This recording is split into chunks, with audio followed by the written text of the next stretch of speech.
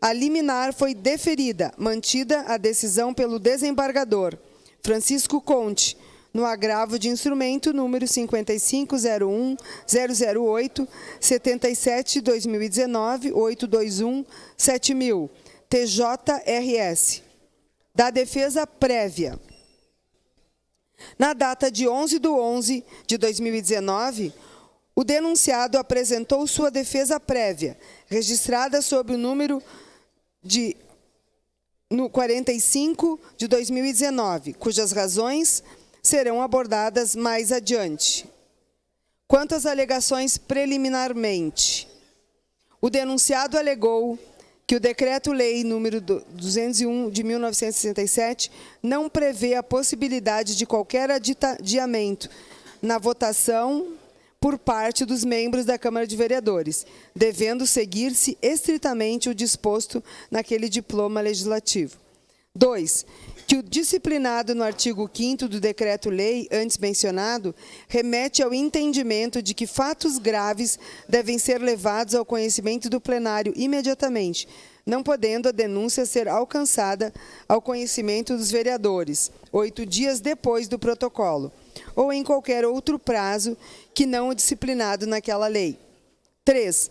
Argumenta não se tratar de censurar o uso do pedido de adiamento ou a dilatação de prazo, previsto no regimento interno da Câmara Municipal, devendo, porém, esse instrumento ser utilizado e aplicado para procedimentos dos atos interna corporis, mas que este não pode ser invocado no caso concreto, pois versa sobre a cassação de prefeito, sendo o procedimento regido apenas pela liturgia da legislação federal, por meio de Decreto-Lei número 201 de 67. Na sequência, alude que não é permitida a discricionariedade pelo legislador federal para que os vereadores, em sede de juízo de admissibilidade, possam sugerir mudanças na peça da denúncia ou qualquer diligência para que ela viesse de forma mais completa ao conhecimento da Câmara, fato este que alega ter ocorrido com aditamentos posteriores. Quanto ao primeiro e ao segundo aditamento feitos pelo denunciante, assevera que, além de um tumulto processual na Câmara de Vereadores, os fatos trazidos pelo denunciante neles não têm conexão com a denúncia inicial, sendo assim novas denúncias, as quais deveriam ter sido processadas de forma apartada, respeitando o prazo processual correspondente. 1. Quanto à abordagem das considerações iniciais. Desde o início, o denunciado entendeu relevante salientar que, no que diz respeito ao processamento do impeachment, que os possíveis crimes praticados por prefeitos são julgados pelo Poder Judiciário e que as infrações políticos administrativas se sujeitam a um exame e julgamento das câmaras municipais. Disse tratar-se de um julgamento parajudicial, sujeito ao exame do Poder Judiciário, para analisar abusos e eventuais defeitos formais no andamento do processo político administrativo.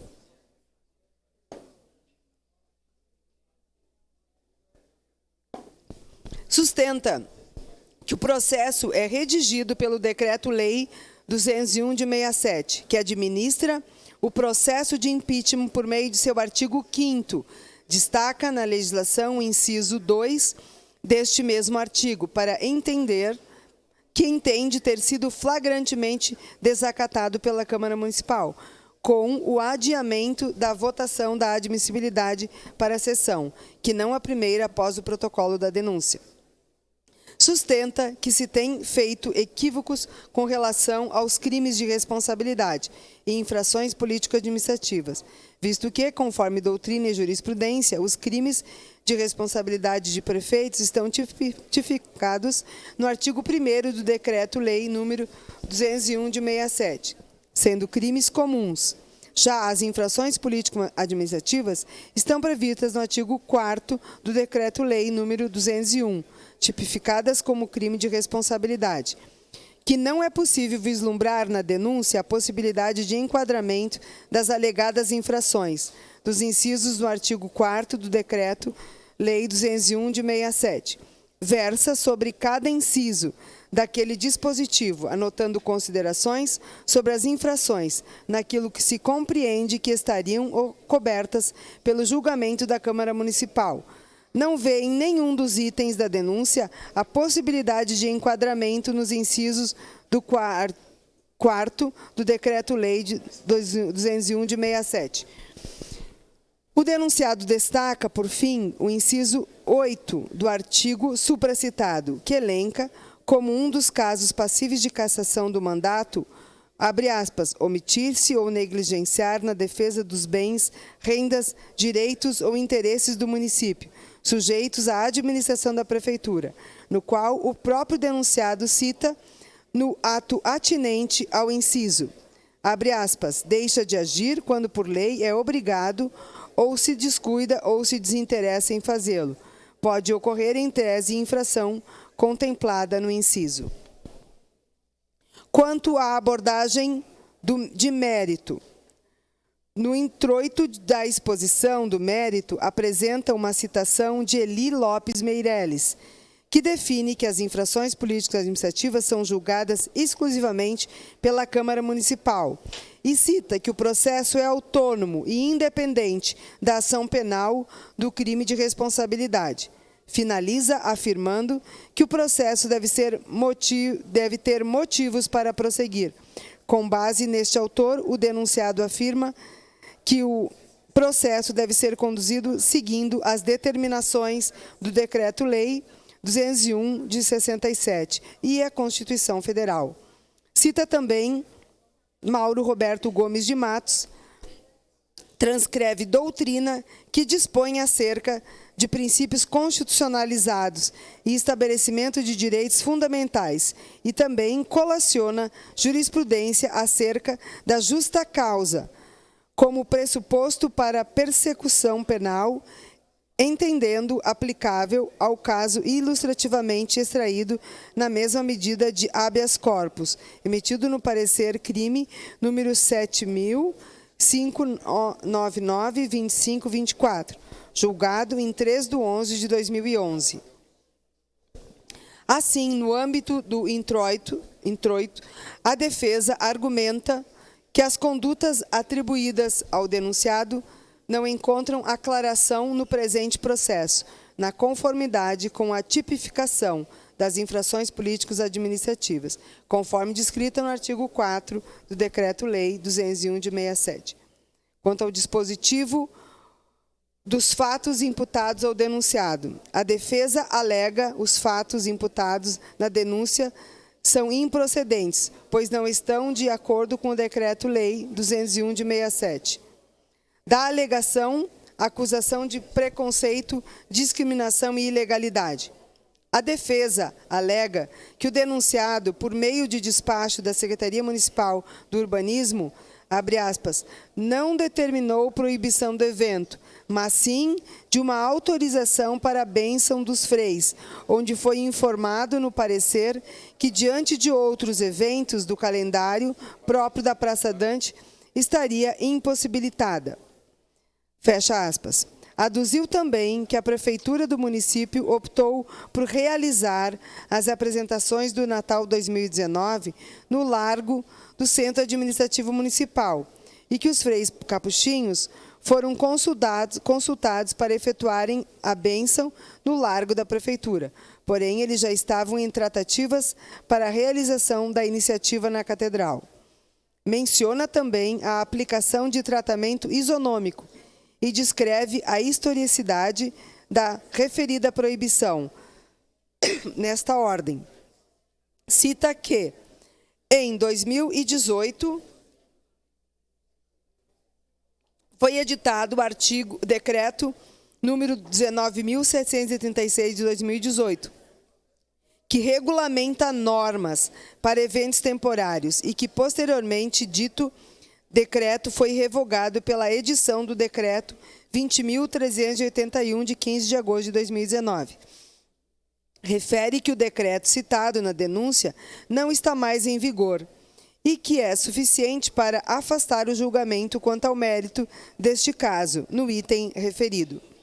Indica que o decreto em vigor foi resultado de processo administrativo 2019/19584 e contou com audiência pública, recebeu sugestões do Corpo de Bombeiros, do Conselho de Cultura, contou com a presença da OAB, Subseção Caxias do Sul e da Câmara Municipal.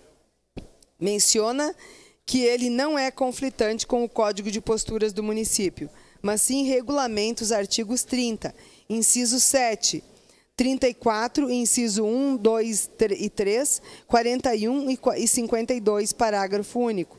Dispositivos estes que transcreve na Lei Complementar número 377 de 2010. Refere que os atos da administração pública são regrados pela discricionariedade, dentro dos limites da lei.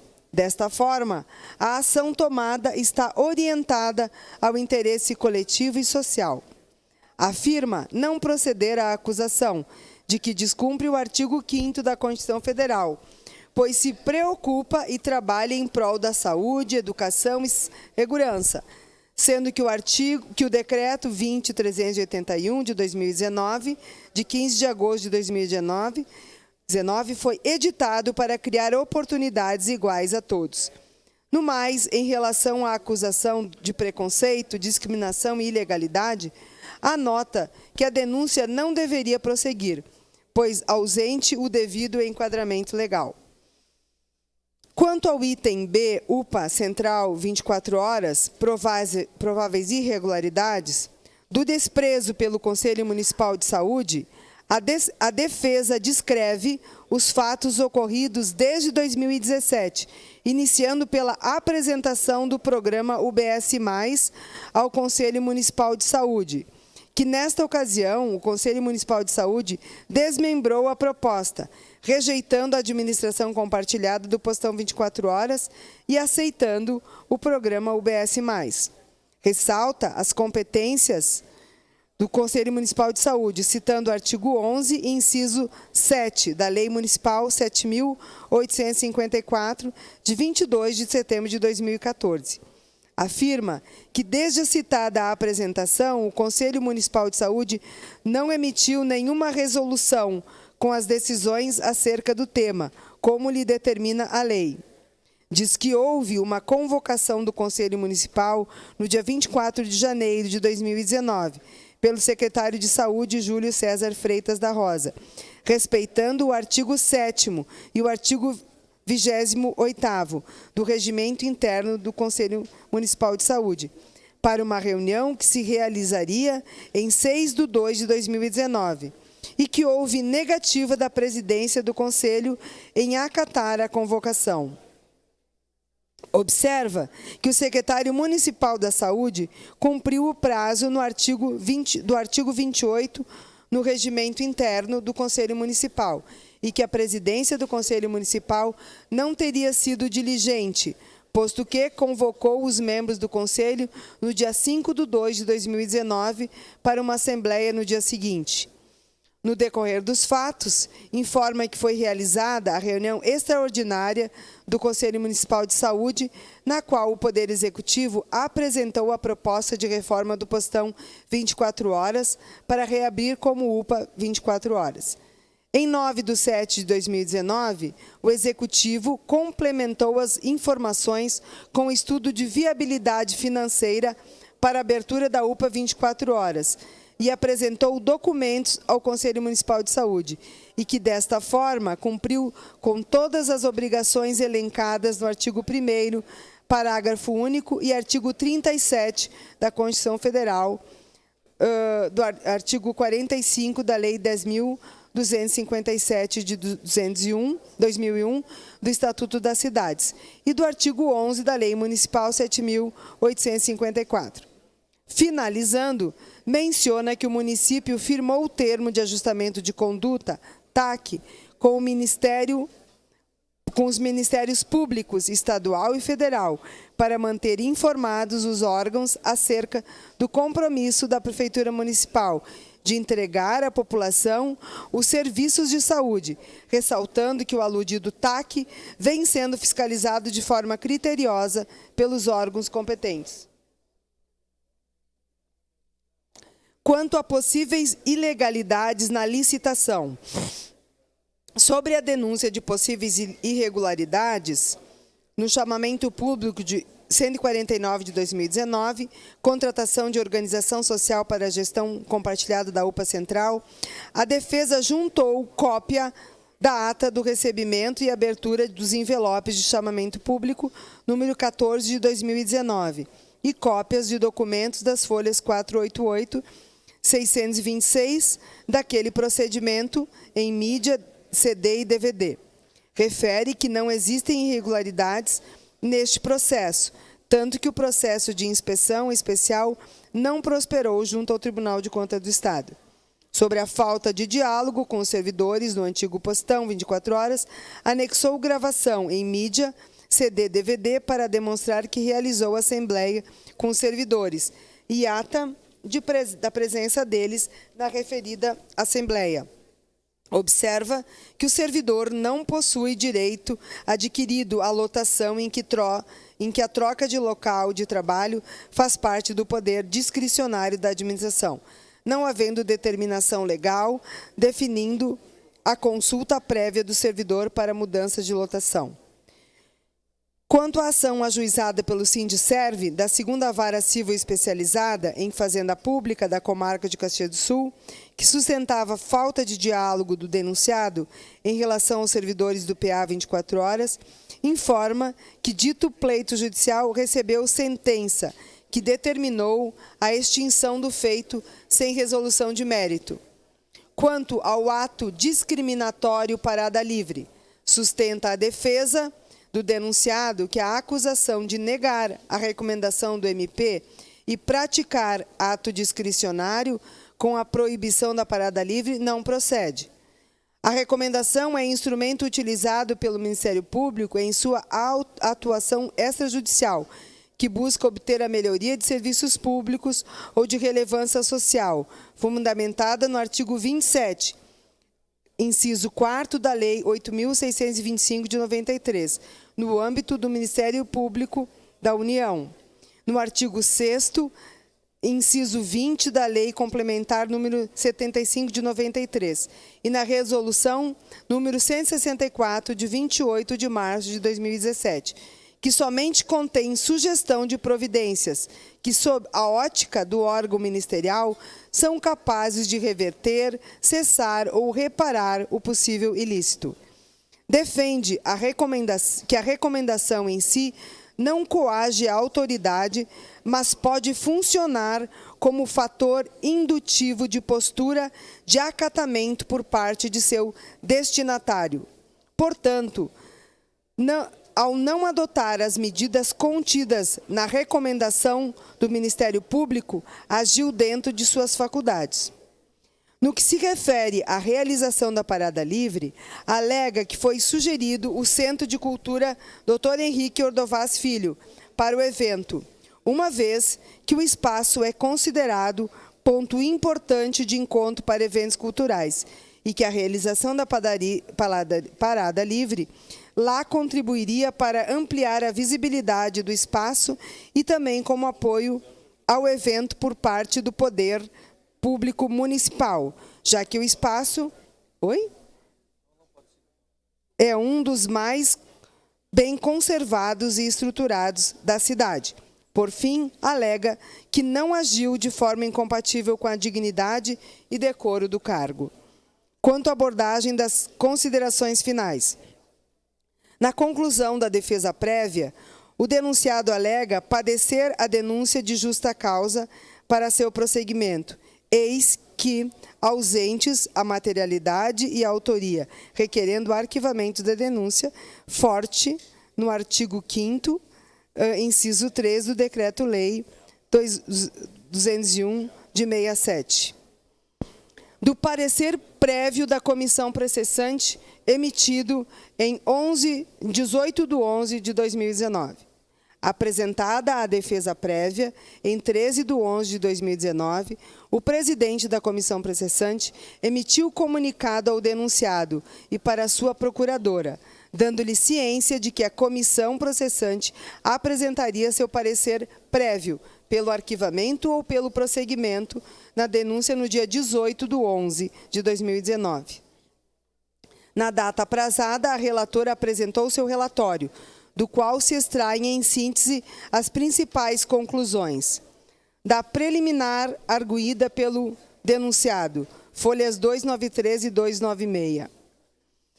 O denunciado alegou que a Câmara Municipal e a comissão processante deveriam, abre aspas, guiar a condução de seus atos de forma estrita ao processo de natureza vinculada, que prevê a legislação federal, fecha aspas, sustentando a inadmissibilidade do adiamento da votação.